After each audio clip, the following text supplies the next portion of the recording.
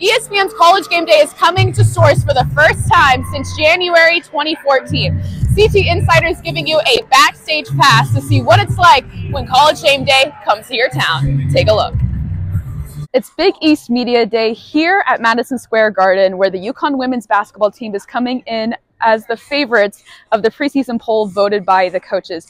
Head coach Geno Auriemma had a lot to say about the intentionality that Paige Bueckers plays with now since she's returned to the court from her ACL injury last year. Plus, Nika Mule and KK Arnold are looking like one of the best backcourts in the country.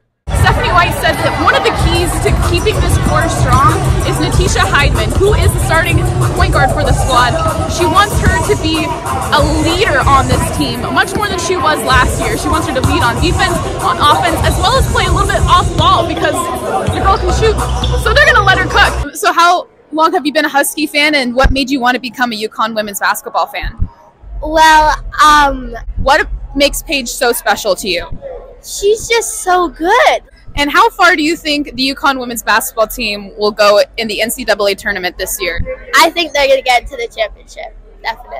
Definitely. It's first night here at UConn, and as you can see behind me, the red carpet is rolled out for the UConn men's and women's basketball players as they are the headliners of tonight's event.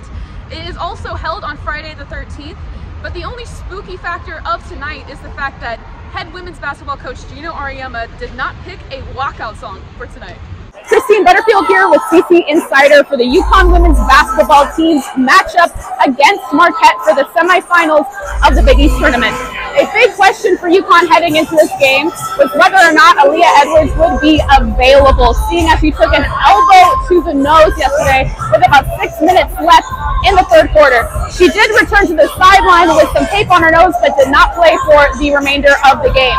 And as we saw today, she was not warming up with the squad, but in sweats with the rest of the reserves for the Huskies. So there will only be 7 players available for UConn today. The Huskies are looking to achieve back-to-back national championships, and the last team to accomplish this feat was the Florida Gators in 2006 and 2007.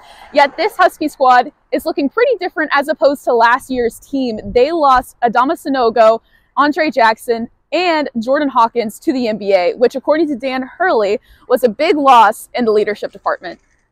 As if more anticipation couldn't be built for this season opener, UConn is deciding to drop the 2023 National Championship banner, which the team collectively agrees they will enjoy after the game. Christine Butterfield with CT Insider here to get a vibe check on the UConn women's basketball team's fans. We asked them what it's like to see Paige back on the court again, how they feel about the current state of this team, and what their expectations are for March Madness. Take a look. And it is win or go home, which is something Stephanie White said that this team is gearing up towards. There's no promise on tomorrow, so you have to take care of today. She also said that the team has to be aggressive defensively and turn that defense into offense, which is something this team is already known for, so they just have to stick with their identity. It's the first day of the new year, and the UConn men's basketball team is back to practicing hard in order to get back-to-back national championships. Head coach Dan Hurley has set a few resolutions for the Huskies heading into the remainder of their schedule.